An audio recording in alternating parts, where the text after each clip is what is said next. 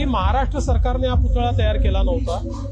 नेव्हीने चांगल्या हेतूनं हा पुतळा त्या ठिकाणी तयार केला होता. मात्र त्यांनी ज्यांना काम दिलं त्यांना कदाचित इतक्या सोसाट्याचे वारे त्या ठिकाणी असतात याचं योग्य आकलन करता आलं नाही.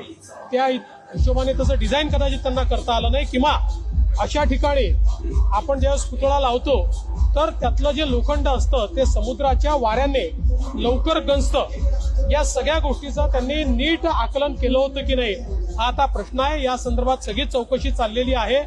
आमचा संकल्प आहे त्याच ठिकाणी छत्रपती शिवरायांचा एक अतिशय भव्य आणि अखंड उभा राहील अशा प्रकारचा पुतळा आम्हाला तयार करायचा आहे. आम्ही नेव्हीच्या मदतीने त्या ठिकाणी तसा पुतळा पुन्हा लावू. कोणीही यावर राजकारण करू नये अशी आमची अपेक्षा आहे. यावर राजकारण करणं हे अक्षरशः मला असं वाटतं खुजेपणा आहे.